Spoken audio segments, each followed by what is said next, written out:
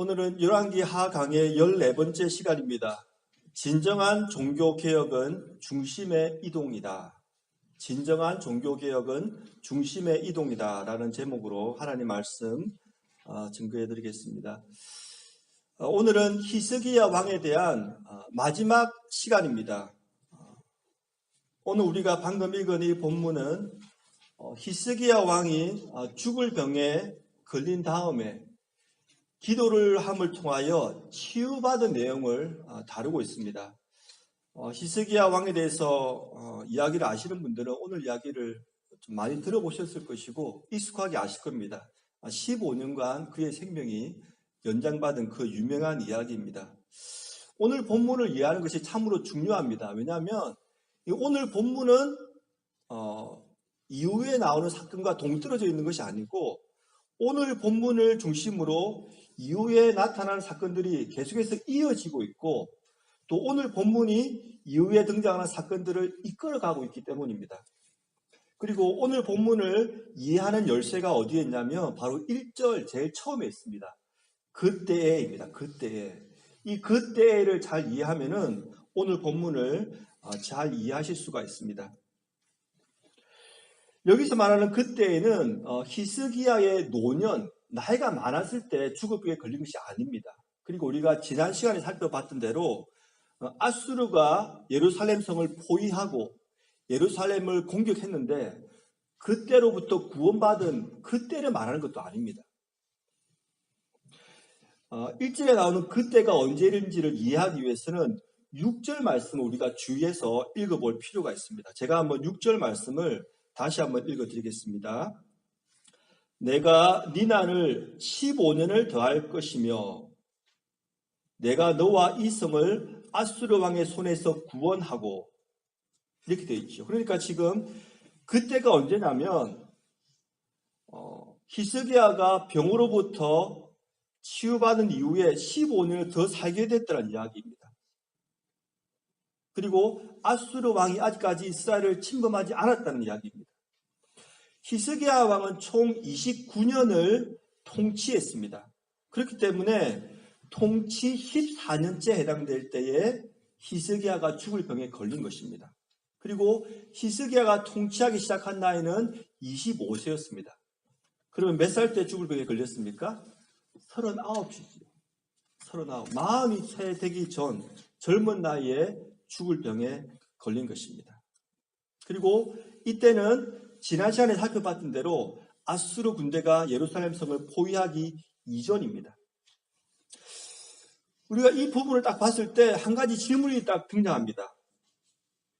왜 열왕기서 기자는 본 사건을 시간 순서대로 기록하지 않고 시간 순서의 배열을 바꾸었는가? 그러니까 오늘 등장하는 사건은 지난 시간에 살펴봤던 사건 이전에 등장하는 사건이기 때문에 열왕기서 저자가 순서를 바꾼 것입니다. 왜 이렇게 했는가?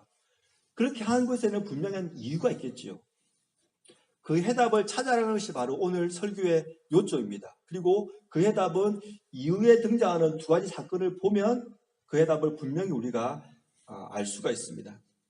참고로 오늘 사건은 이후에 등장하는 두 사건과 한 묶음, 한 세트가 되는 것입니다. 그러면 오늘 사건, 죽을 병에 걸려서 기도함으로 15년을 연장받은 이 사건, 그 다음에 어떤 사건이 등장할까요? 첫 번째 사건이 뭐냐면 바벨론 사신이 히스기야 왕을 찾아옵니다. 제가 주보 속지에 실었는데요. 열왕기하 20장 12절로 19절 말씀에 나와 있습니다. 제가 한번 읽어드리는데 제가 밑줄을 그은 부분을 한번 유심해서 한번 보시면서 따라 읽으면 좋겠습니다. 제가 한번 읽어드리겠습니다. 그때에 발라단의 아들 바벨론의 왕 브로닥 발라단이 히스기야가 병들었다 함을 듣고 편지와 예물을 그에게 보낸지라. 히스기야가 사자들의 말을 듣고 자기 보물구의 금은과 향품과 보배로운 기름과 그의 군기고와 창고의 모든 것을 다 사자들에게 보였는데 왕궁과 그의 나라 안에 있는 모든 것 중에서 히스기야가 그에게 보이지 아니한 것이 없더라. 선지자 이사야가 히스기야 왕에게 나와 그에게 이르되 이 사람들이 무슨 말을 하였으며 어디에서부터 왕에게 왔나이까? 히스기야가 이르되 먼 지방 바벨론에서 왔나이다 하니 히스기야가 이르되 그들이 왕궁에서 무엇을 보았나이까 하니 히스기야가 대답하되 그 궁에 있는 것을 그들이 다 보았나니 나의 창고에서 하나도 보이지 아니한 것이 없나이다 하더라. 이사야가 히스기야에게 이르되 여호와의 말씀을 들으소서. 여호와의 말씀이 날이 이르리니 왕궁의 모든 것과 왕의 소상들이 오늘까지 쌓아두었던 것이 바벨론으로 옮긴 바 되고 하나도 남지 아니할 것이요 또 왕의 몸에서 날 아들 중에서 사로잡혀 바벨론 왕궁의 환관이 되리라 하셨나이다 하니 히스기야가 이사야에게 이르되 당신이 전한 바 여호와의 말씀이 선하니이다 하고 또 이르되 만일 내가 사는 날에 태평과 진실이 있을진데 어찌 선하지 아니하리로 하니라. 아멘. 지금 사건을 보시면 바벨론 왕 브로닥 발라단의 사신들이 히스기야 왕을 찾아왔습니다. 그들이 왜 히스기야 왕을 찾아왔습니까? 12절에 답이 나와 있습니다. 겉으로 보기에는 히스기야 왕이 병이 들었기 때문에 병문안을 온 것입니다. 그런데 그들의 속마음은 다른 곳에 있었습니다. 이것은 그 당시에 중동의 정세를 우리가 이해하면 금방 알 수 있습니다. 당시 중동 지방은 아수르 제국이 그 정권을 잡고 있었습니다. 그래서 북이스라엘도 아수르 제국이 멸망시켰지요. 그런데 바빌론이라는 나라는 그 당시에 신생 제국이었습니다. 점점 그 세력을 확장시키고 있었던 것입니다. 그래서 이 바빌론이 더 성장하기 위해서는 바빌론이 여기 있으면 아수르가 여기 있고 그리고 이스라엘이 이쪽에 있는 것입니다. 그래서 이 바벨론 입장에서는 이 아수르를 견제하기 위해서는 서쪽 지역에 있는 이 이스라엘과 이집트와 동맹을 맺어야만 가운데 있는 아수르에 대항할 수가 있었던 것입니다. 그래서 겉으로는 히스기야 왕의 병문안을 온 곳이지만 실제로는 이스라엘과 동맹을 맺기 위해서 찾아온 것입니다. 바벨론의 입장이 그랬다면 히스기야 왕의 입장은 어떠했을까요? 열왕기하 18장 7절에 이렇게 말하고 있죠. 이것은 히스기야 왕이 된 다음에 사역 초창기에 있었던 일입니다. 여호와께서 그와 함께 하심에 그가 어디로 가든지 형통하였더라. 저가 히스기야가 아수르 왕을 배반하고 섬기지 아니하였고 히스기야 왕 이전의 왕은 아수르에게 조공을 바쳤습니다. 그런데 히스기야가 왕이 된 다음에는 아수르에게 더 이상 조공을 바치지 않고 아수르를 섬기지 않게 된 것입니다. 히스기야 왕 마음에 어떤 마음이 들었을까요? 그 당시 최대 제국인 아수르에게 더 이상 조공을 바치지 않고 섬기지 않게 되었으니까 그의 마음이 불안하기 시작한 거죠. 아무리 하나님을 믿는 믿음이 있더라도 최대 제국에 더 이상 충성하지 않으니까 언제 북이스라엘을 침범한 그 아수르가 자기 남쪽으로 내려올지 불안했던 겁니다. 이런 마음이 있을 때 누가 찾아왔습니까? 바벨론에서 사실이 찾아온 거예요. 자신이 병들었다고 병문안을 왔는데 그들의 말을 들어보니까 그들의 속내는 단순히 병문안을 찾아온 것이 아니라 우리가 동맹관계를 맺고자 했던 것입니다.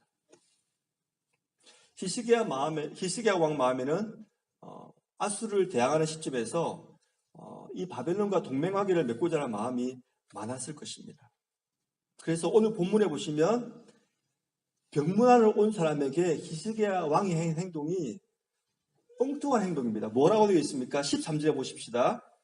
히스기야가 사람들의 말을 듣고 자기 보물구의 금은과 향품과 보배로운 기름과 그의 군기구와 창구의 모든 것을 다 보여준 것입니다. 이상하지 않습니까?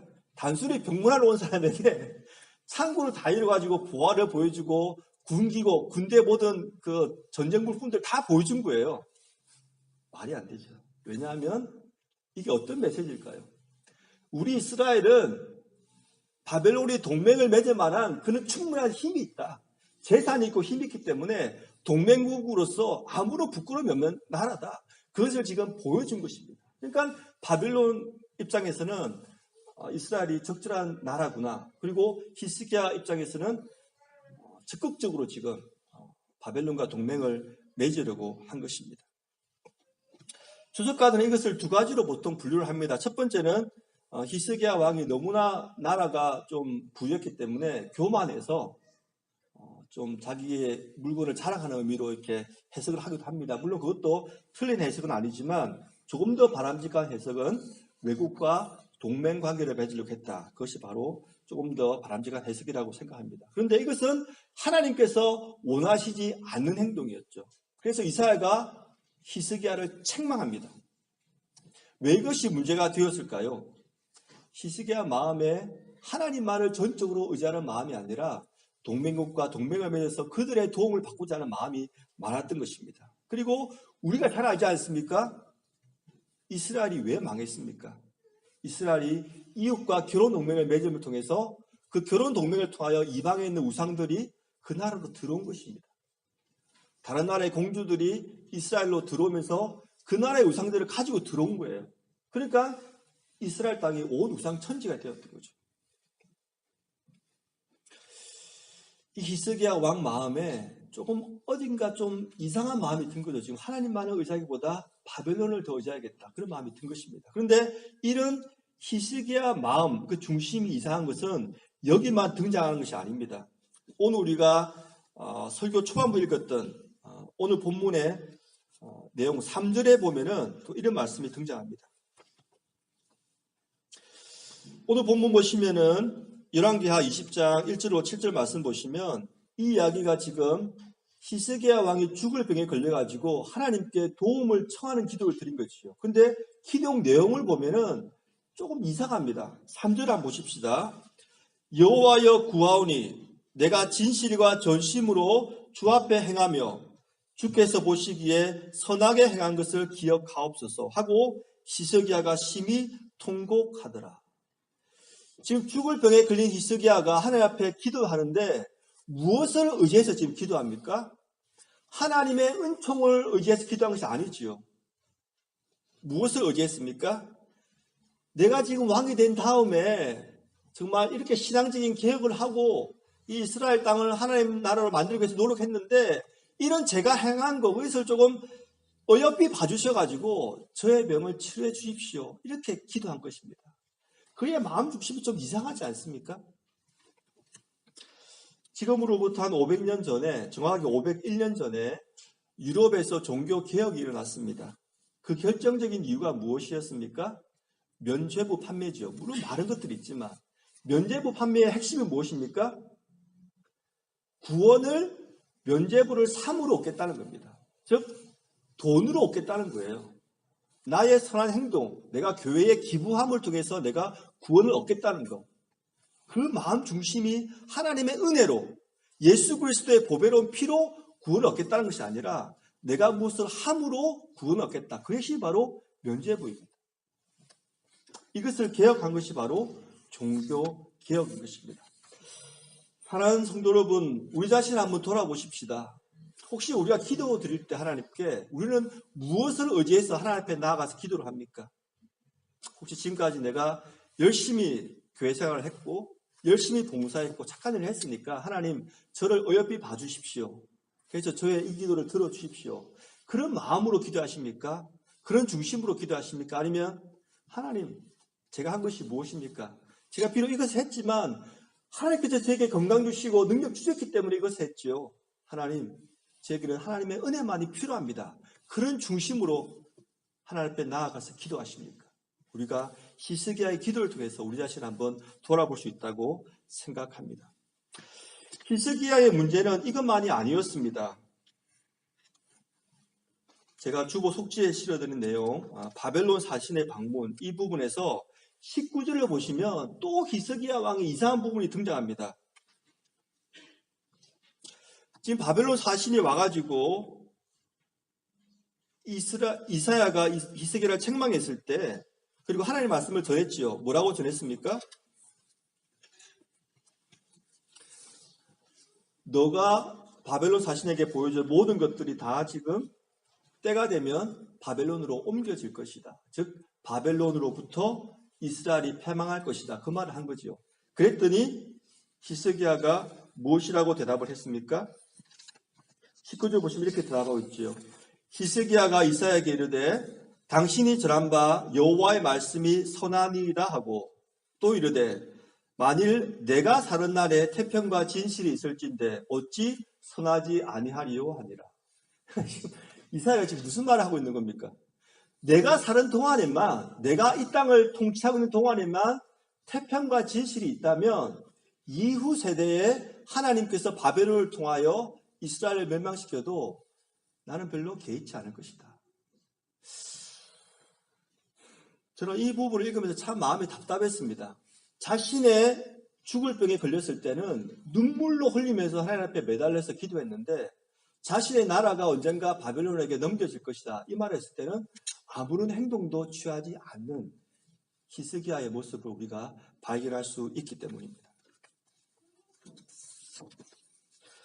두 번째 큰 사건이 뭐냐면 므낫세의 타락입니다. 므낫세는 히스기야 왕의 아들이었습니다. 그리고 히스기야 왕으로부터 유다의 그런 왕권을 물려받은 사람인데 히스기야가 어떻게 통치를 했는지는 열왕기하 20장 21절로 21장 7절까지 말씀에 나와 있습니다. 제가 한번 밑줄을 쭉 그었는데 제가 한번 읽어드릴 때 밑줄을 참고해서 한번 내용을 살펴봐 주시기를 바랍니다. 히스기야가 그의 조상들과 함께 자고 그의 아들 므낫세가 대신하여 왕이 되니라. 므낫세가 왕이 될 때에 나이가 12세라. 예루살렘에서 55년간 다스리니라. 그의 어머니의 이름은 헵시바더라.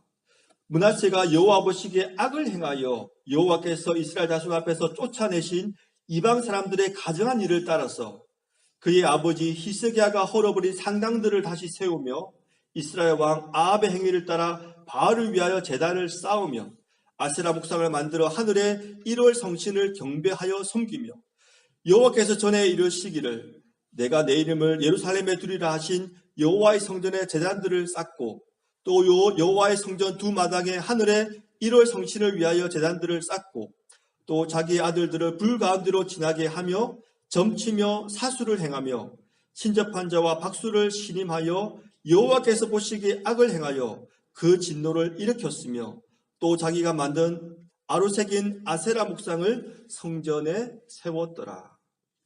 2절부터 7절까지 보시면 히스기야의 아들 므낫세가 한 행동이 자세하게 열거되어 있습니다. 이 므낫세가 한 행동은 하나님께서 보시기에 지극히 악한 행동이었습니다. 그의 행동이 얼마나 악했는지를 열왕기하 24장 3절로 4절 말씀이 잘 요약해 주고 있습니다. 이 일이 유다에 임함은 이 일이란 유다가 멸망하는 것입니다. 이 일이 유다에 임함은 곧 여호와의 말씀대로 그들을 자기 앞에서 물리치고자 하심이니 이는 므낫세의 지은 모든 죄 때문이며 그가 무죄한 자의 피를 흘려 그의 피가 예루살렘에 가득하게 하였습니다. 여호와께서 사시기를 절개하지 아니하시니라. 성경은 유다가 멸망하게 된 이유, 그 중에 한 이유가 뭐냐면 므낫세의 죄 때문이라고 분명히 지적을 하고 있습니다. 결국 우리가 지지난 시간에 살펴봤던 히스기야의 개혁은 실패로 돌아가고 말았습니다. 왜냐하면 히스기야의 개혁이 다음 세대로 이어지지 못했기 때문입니다. 그리고 그의 아들 므낫세로 말미암아 결국 유다가 멸망하게 되었기 때문입니다. 그런데 우리가 성경을 조금 깊이 읽다 보면 흥미로운 것 두 가지를 여기서 발견하게 됩니다. 첫 번째가 뭐냐면 므낫세가 왕이 되었을 때의 나이입니다. 21장 1절에 몇 세에 왕이 되었다고 기록되어 있습니까? 12세지요. 12세. 히스기야는 죽을 병에 걸린 다음에 기도함으로 하나님께 은총을 입어 몇 년을 더 살았습니까? 15년이지요. 그러니까 히스기야가 병에서 회복된 3년째 되는 해에 이 므낫세가 태어나게 된 것입니다. 저는 이런 생각을 해봅니다. 히스기야가 죽을 병에 걸렸을 때 하나님의 말씀을 그냥 받아들이고 15년의 생명 연장을 받지 않았더라면 어떻게 되었을까? 비록 젊은 나이에 죽을 수밖에 없었지만 그가 왕이 된 다음에 일으켰던 신앙의 개혁은 그대로 남아 있었을 것이고 그리고 무리하게 바벨론과 동맹 관계도 맺으려고 하지 않았을 것입니다. 그리고 유다의 멸망에 대한 예언도 듣지 않았겠지요. 더군다나 그의 아들 므낫세는 태어나지 않았을 것입니다. 유다가 이렇게 타락하고 패망하지는 않았을 것입니다. 사랑하는 성도 여러분, 저는 여기에 중요한 교훈이 있다고 생각합니다. 참 말씀드리기 어렵지만 오래 사는 것보다 더 중요한 것이 있다는 것입니다.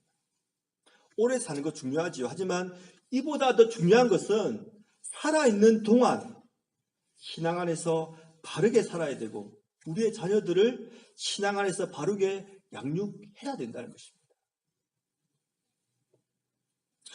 제가 NIV 주석을 참고하다가 또 다른 한 가지 흥미로운 것을 발견했습니다.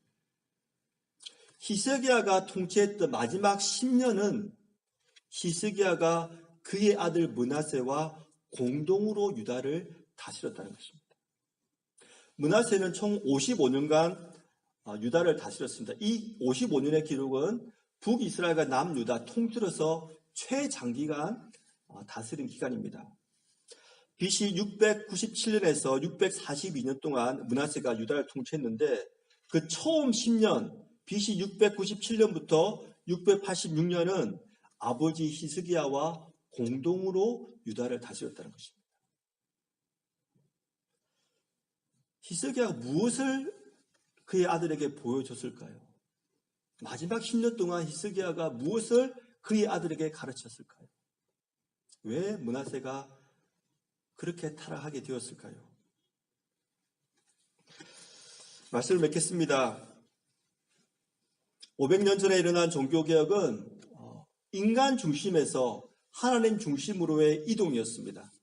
면죄부로 구원을 받을 수 있다는 그런 인간적인 생각에서 오직 믿음으로, 오직 은혜로 구원받을 수 있다는 하나님의 중심으로 이동을 한 것입니다. 오늘 본문에 나타난 히스기야는 자기 중심의 삶을 살았습니다. 하나님을 섬겼지만 여전히 무언가를 의지하려고 했습니다. 저는 이런 히스기야의 모습이 제 자신의 모습이 아닐까, 또 우리의 모습이 아닐까 한번 생각해 봤습니다. 우리도 하나님을 믿는 신앙이 있지요. 하지만 우리도 여전히 우리 자신이 중심이 되어서 이 세상을 살려고 하지는 않는지, 하나님도 섬기지만 다른 무엇도 여전히 의지하고 있지는 않은지, 그리고 혹시나 우리가 살아있는 동안에만, 내가 살아있는 동안에만 평안하면 된다는 그런 사고로 살고 있지는 않은지 한번 생각해 보았습니다. 사랑하는 성도 여러분, 하나님께서 오늘 본문을 통하여 우리에게 말씀해 주셨다고 생각합니다. 하나님께서 우리가 이를 시장에서 한 걸음 더 나아가기를 원하십니다. 이번 한 주간 살아가면서 내 자신이 아닌 하나님 중심으로 삶을 살아가면 좋겠습니다. 진정한 종교개혁은 지금도 일어나야 되고 나로부터 출발을 해야 합니다. 주님께서 우리 모두에게 크신 은총